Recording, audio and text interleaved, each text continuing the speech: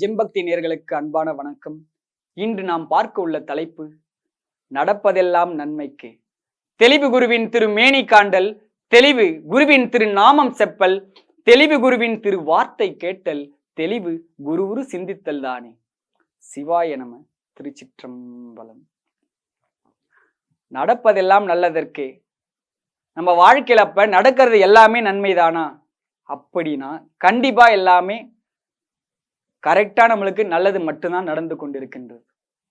இப்ப இறைவன்கிட்ட போறேன், நான் ஒரு கோயில போயிட்டு வேண்டேன், எனக்கு நன்மை நடக்கணும்னு நான் வேண்டேன். அப்ப இறைவன் என்ன செய்வார்னா எனக்கு நன்மையை தான் அருள் பண்ணுவாரு. நிறைய பெரியோர்களும் சரி, பல பேரிடம் ஆசீர்வாதம் என்ன வாங்குறோம், நல்லா இரு, இனிமே நடக்கிறதெல்லாம் நல்லபடியா நடக்கும். அப்ப இறைவனே அருள் பண்றாரு. பல அருளாளர்களுக்கு நல்லதே நடக்குன்னு இறைவனே அருள் பண்ணியிருக்காரு. அப்படி அருள் வாங்கியுமே அவர்களுக்கு பல இடர்கள் வந்திருக்கு. அப்ப இறைவனுடைய வாக்கு பொய்யா? அப்ப நம்மளுடைய பார்வை சரியில்லையானா? நம்மளுடைய பார்வை சரியில்லை. இப்ப நல்லதே நடக்கும்னா எனக்கு இன்னைக்கு நல்லது நடக்கணும் போய் இறைவன் ஆசீர்வாதம் பண்றாங்கன்னு வச்சுக்கோங்க. எனக்கு நான் செய்த கர்ம வினையெல்லாம் அனுபவிக்காம எனக்கு நல்லது நடக்குன்னா கண்டிப்பா நடக்காது. நான் என்னென்ன வினை செய்தேனோ அது எல்லாத்தையுமே அனுபவிச்சாகணும். எதுவுமே இல்லாம உடனே நான் பண்ண தீவினைகள் எல்லாமே அனுபவிக்காம நான் அப்படியே சுகமா வாழனா கண்டிப்பா யாராலையுமே முடியாது. அப்ப இறைவனுடைய பார்வையால நம்ம ஆலயங்கள் செல்ல செல்ல அவருடைய பார்வை நம்ம மேல விழ விழ என்ன ஆகும்னா நமக்கு நாம் செய்த வினைகள் எல்லாம் அனுபவிக்க வைப்பாரு.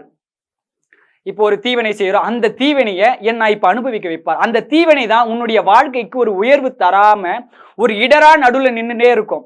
அப்ப உன்னுடைய உயர்வுக்கு காரணமா எதிரியா இருக்கக்கூடிய அந்த இடரை முதல்ல நீக்கணும்னா முதல்ல நீ செய்த தீவினையை நம்ம அனுபவிச்சாகணும். அப்ப நமக்கு நடக்கிறது எல்லாமே நன்மைதான். ஆனா மீண்டுமே அந்த வினையை செய்யாம இருக்கணும். அப்படி செய்யாம இருந்தா நாம செய்த வினைகள் எல்லாம் அனுபவிக்கணும். அனுபவித்து அனுபவித்து அதுக்கப்புறம் அந்த வினைகள் எல்லாம் தீர்ந்த பிறகு நல்ல சிறப்பான வாழ்வு அமையும். இப்ப எல்லாருமே நிறைய பேர் கோயிலுக்கு போன சாமி, இந்த சாமி கும்பிட்டா, அந்த சாமி கும்பிட்டா, எந்த சாமி எதுவும் பண்ணலையே, கோயிலுக்கு போன உடனே பிரச்சனையா? கோயிலுக்கு போனாலே கண்டிப்பா அவங்களுடைய வினையை அனுபவித்துதான் ஆகணும். அப்படிலாம் கோயிலுக்கு போக வேண்டிய அவசியமே இல்லை. கோயிலுக்கு போனா அவங்களுடைய கர்ம வினையை நான் அனுபவிக்க தயார் அப்படின்றவங்க தான் கோயிலுக்கு போகணும். ஏன்னா கோயிலுக்கு போனாலே கண்டிப்பா உன்னுடைய வினையை அனுபவிக்க வைப்பார். உன்னுடைய எண்ண ஆற்றல்களை சீரா சரி செய்வார்.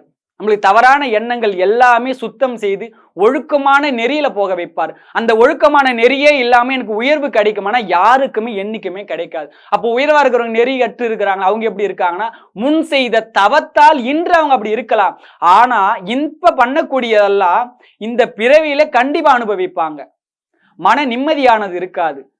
மன நிம்மதியோட நல்ல ஒரு ஆனந்தத்தோட வாழணும். முதல்ல நாம செய்ததை நாம ஏத்துக்கிறது தயாரா இருக்கணும். எல்லா வினைகளும் எதெல்லாம் நம்மளை நோக்கி வருது எல்லாத்துக்கும் தயாரா இருக்கணும். எல்லாமே நல்லதுதான். நீ இறைவனுக்கு வழிபடுற, உன்னுடைய பார்வை இறைவனுடைய திருப்பார்வை நம்ம மேல இருக்குது. அப்ப எப்படி நம்மளுக்கு இடர் வரும்? அப்ப அவருடைய அனுமதி பெற்றுதான் எல்லா இடரும் வருது. நாம செய்ததை நாம அன்பா சந்தோஷமா அதை ஏத்துக்கணுமா கண்டிப்பா எந்த கெட்டதில்லை. நம்ம வாழ்க்கையில இந்த உலகத்துல எல்லாருக்கும் நடக்கிற இதுவுமே சரியான முறையில தான் நடக்குது. எல்லாமே வினையின் காரணமாக தான் அமையுது. எல்லாமே பெரிய பிணைப்போடு இணைந்து இருக்குது. இப்பிறவியின் தொடர்பு இல்லை, பல பிறவியின் தொடர்பாக தான் எல்லாம் அமையுது. ஏன் ஒருத்தர் பெரிய செல்வந்தர் வீட்டுல பிறக்கிறான், ஏன் ஒருத்தர் ஒண்ணுமே இல்லாத ஏழையின் வீட்டுல பிறக்க காரணம் என்னன்னா முன் செய்த வினைதான். நீ செய்யற வினைதான் உன்னுடைய வாழ்வு. உன்னுடைய எண்ணம் தான் உன்னுடைய உயர்வு. நீ எப்படி இருக்க, உன்னுடைய எண்ணம் எவ்வளவு சுத்தமா இருக்குது, உன்னுடைய வாழ்க்கையின் உயர்வு அவ்வளவு உயர்வு. உன்னுடைய எண்ணம் கீழ்மட்டமா இருந்தா நீ கீழ்மட்டமாக மட்டும்தான் இருக்க முடியும். வெள்ளத்தனைய மலர் நீட்டம் மாந்தர்த்தம் உள்ளத்தனையது உயர்வு. ஒரு குளத்துல நீர் இருக்கு, ஒரு தாமரை பூத்து இருக்கு. அந்த தாமரை பூவினுடைய தண்டி நீளம் எவ்வளவு பெருசு இருக்கும்? அந்த குளத்துல நீர் ஒரு முட்டிகால ஆயம் இருக்குன்னா அந்த முட்டிகால ஆயம் தான் அந்த தண்டினுடைய நீளம் இருக்கும். ஒரு ஆள் ஆயம் இருக்குது தண்ணி, அப்ப அந்த தாமரையின் தண்டு நீளம் ஒரு ஆள் ஆயிரம் இருக்கும். அப்ப உன்னுடைய எண்ணத்தின் நீளம்தான் உன்னுடைய வாழ்க்கையின் நீளம். எண்ணம் மட்டும் நான் சிறுமை, என்னால் முடிந்தது இவ்வளவுதான், என்னால் இதோட மேன்மை அடைய முடியாது, எனக்கு இவ்வளவுதானா நீ தான் உன்னை உருவாக்குற.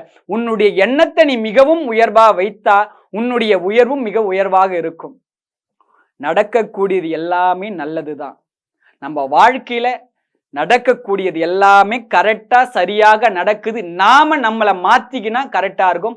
எல்லாத்தையும் பார்க்கக்கூடிய விதத்துல பார்த்தா சரியாக இருக்கும்.